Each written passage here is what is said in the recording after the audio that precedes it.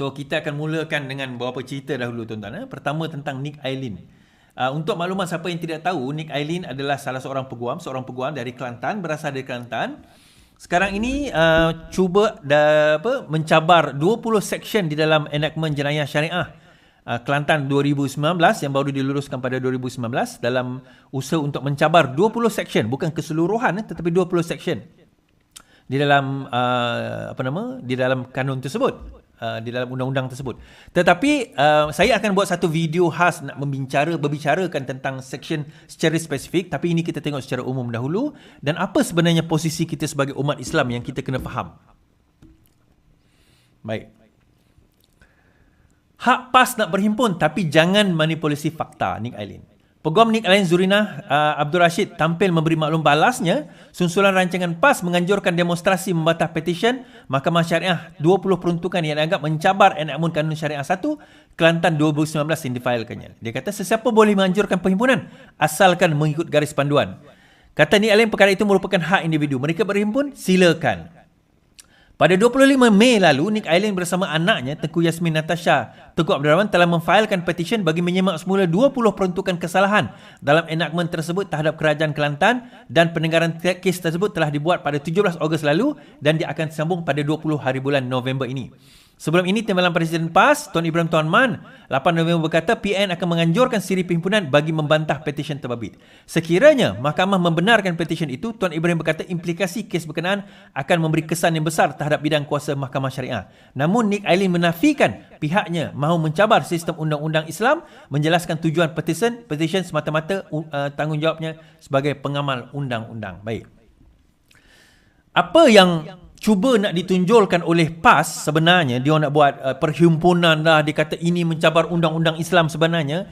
Kalau sekiranya, ini apa yang berlaku, kalau sekiranya perkara ini didedahkan oleh Nick Eileen di dalam mahkamah dan Mahkamah Persekutuan membenarkan pindaan-pindaan ataupun perkara yang disebutkan oleh Nick Eileen itu, bermakna Nick Eileen telah mendedahkan betapa tidak kompetennya adun kerajaan negeri Kelantan di dalam menggubal undang-undang. Saya dah tengok dah enactment tersebut, jenayah akta tersebut. Saya dah tengok dah.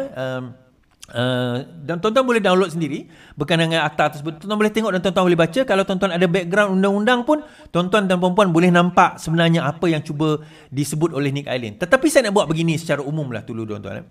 Sebenarnya apa yang Nick Eileen, kita kena faham satu perkara. Apa yang Nick Eileen persoalkan ini bukan menyoal Al-Quran. Ini bukan mempersoalkan hadis. Ini bukan mempersoalkan Islam. Ini mempersoalkan kod undang-undang yang dicipta oleh manusia. Walaupun dia letak itu perkataan syariah ke apa dan sewaktu dengannya, dia mempersoalkan kod tersebut. Nah, kod apa yang dipersoalkan? Ada beberapa perkara dan saya dah baca tentang perkara 20 perkara tersebut. Saya dah baca sendiri enactment undang-undang jenayah Kelantan ini yang bagi saya setuju sebenarnya bertindan dengan bidang kuasa Mahkamah Sivil.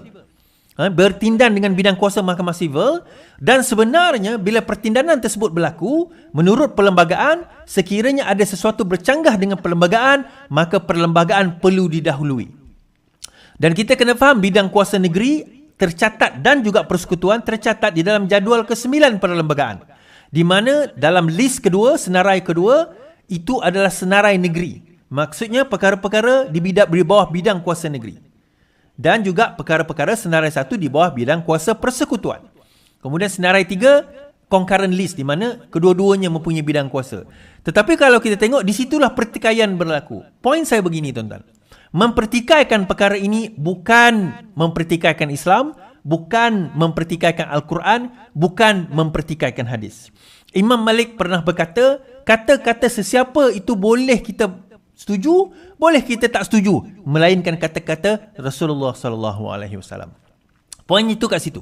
Yang ini kita kena faham dan kita kena jelas terlebih dahulu sebelum kita jadi fanatik dan kita jadi bodoh dalam memperjuangkan isu sebenarnya tak perlu kita nak, orang kata terlalu takut ini. Bidang ini sebenarnya perbincangan tentang bidang kuasa Mahkamah Syariah dan juga Mahkamah Sivil ini dah perdebatan atau perbincangan secara akademik dah berlangsung berpuluhan tahun. Di mana boundaries dia, di mana kita boleh apa orang kata, boleh encroach ataupun kita boleh step on, di mana kita ada, di mana sempadan dia, di mana kita tak boleh nak masuk dan sebagainya. Perbahasan itu ada. Tetapi bila kita tengok bagaimana mahkamah nanti di dalam persekutuan menyoal tentang perkara ini, di sini kita akan dapat lihat kompetensi. Adakah ahli Dewan Undangan Negeri PAS di Kelantan ini sebenarnya mampu untuk membahaskan persoalan undang-undang? Sebab saya baca sendiri enakmen tersebut, saya agak terkejut juga bagaimana mereka datang dengan wording-wording sedemikian. Okay, nanti insyaAllah akan ada satu video khas tentang perkara ini, tetapi saya nak tekankan di sini bahawa ini bukan menentang Islam, ini bukan apa orang kata melawan Al-Quran, melawan sunnah, bukan. Ini adalah mempertikaikan undang-undang yang dibuat oleh PAS. Itu saja. Dan PAS bukan Islam, maksudnya PAS bukan agama Islam, PAS itu bukan Tuhan, PAS bukan Nabi. Kita boleh persoalkan. Okay? Walaupun dia letaklah syariah ke apa kat situ, kita kena faham, syariah Kelantan lain sikit daripada syariah Selangor, lain daripada syariah Perlis, berbeza. Sangat berbeza. Saya ambil contoh-contoh je tuan-tuan.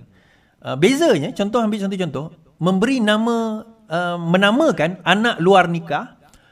Okey, dia macam ni. Katakanlah kandungan seseorang itu berzina, lelaki dan perempuan, dan perempuan itu mengandung. Kemudian lelaki itu mahu bertanggungjawab. Okey. Kandungan itu kurang 6 bulan. So lelaki itu nak bertanggungjawab, dia kahwin. Mereka pun kahwin. Soalan kita, adakah anak itu diben-bentikan kepada ayah yang nak kahwin itu, ataupun dibenkan kepada 99 nama Allah, ataupun Abdullah lah, 99 nama Allah? Yang mana satu? Semua negeri di Malaysia ini kata tidak, kena dibenkan kepada nama Allah, kecuali Perlis. So poinnya adalah, ada je perbezaan. Dan itu tidak menjadi permasalahan pun. Itu baru satu. Banyak lagi kes-kes lain yang kita boleh bahaskan kalau kita nak tengok daripada segi perbezaan-perbezaan ini, insyaAllah. Baik. Kita ke poin seterusnya. Agus lepas jawatan bos Jecom untuk terima tawaran lain. Ketua Pengarah Jabatan Komunikasi Muhammad Agus mengesahkan dia mengumpulkan surat peletakan jawatan sekaligus meninggalkan agensi tersebut. Berkata kepada Malaysia Kini, Bang pun menafikan bahawa di bawah tindakan ekoran ada desakan tertentu dibuat. Ya, saya serah notis sebulan seperti peraturan tetapkan. Bekas ahli akademik itu menjejaskan dia mendapat tawaran lain dan ia bersesuai untuk diterima. Tidak timbul soalan saya diasak supaya letak jawatan. Tak ada sebab untuk saya layan dan saya boleh abaikan kalau ada alasan asakan demikian. Nama Agus mula dikenali sebagai seorang mensyarah sains politik UKM sehingga dibesara dan meluangkan masa menjadi tenaga pengajar di Sulawesi pula. Dia kemudian menerima tawaran Jecom ketika peringkat awal kerajaan perpaduan dan dilantik pada awal tahun ini. Now, baru-baru ni dikatakan timbul satu video. Wallahualam. Tuan-tuan nak kata betul atau tidak, itu terpulang kepada pandangan masing-masing. Berkenaan dengan Prof Agus, dia katakan melakukan sesuatu. Well, orang nak kenakan kita ni macam-macam tuan-tuan. Tuan-tuan jangan pelik. Satu hari nanti ada video macam muka saya pula buat benda yang pelik-pelik. Sekarang ni AI, deepfake ni macam-macam. Bukan saya nak menafikan, tapi bukan juga saya nak mengesahkan. Dan macam inilah tuan-tuan. Perbincangan untuk Prof Agus bertukar jawatan ni bukan baru hari ni. Bukan baru hari ni yang baru keluar berita tadi. Ni saya ceritalah. Sebenarnya bukan masa berita tu dia baru nak cerita dia nak letak jawatan ataupun nak tukar jawatan. Perbincangan ini sebenarnya sudah disebut lama. Maksudnya sebelum ini. Dan sebelum Cikgu Bat mengeluarkan video itu pun dah ada perbincangan dan sudah ada tawaran-tawaran tersebut. Jadi kalau sekiranya apa-apa berlaku selepas ni, saya tak nak komen panjang lah. Berkemungkinan dia mungkin boleh jadi satu jenayah, mungkin boleh jadi satu perkara yang kita tak tahu. Kita tak tahu. Jadi di situ nanti kita lihat. Ada yang kata, tengok muka dia resah sebab bos dia sekarang ini dah kantoi. Saya kata pertama sekali, Jecom bukan bos saya. Saya tak ada mana-mana bos. Okey? Saya tidak ada mana-mana bos. Anwar Ibrahim tu adalah presiden parti saya. So dia kira bos parti saya. Perdana Menteri saya selaku rakyat Malaysia. So dia kira bos saya. Selain daripada itu, saya tidak bertanggungjawab dan tidak menjawab serta answerable kepada mana-mana menteri atau ketua pengarah di dalam mana-mana kementerian. Kecuali parti lah. Saya adalah setiausaha koordinasi parti. YB Fahmi Fazil adalah bos saya di dalam parti. Dalam kementerian tak ada. Yes, itu kena faham dahulu. Ramai masih orang keliru benda ni. Pelik jugalah. Tak apalah. Dia pun tak nak membaca. So kita nak kata macam mana kan?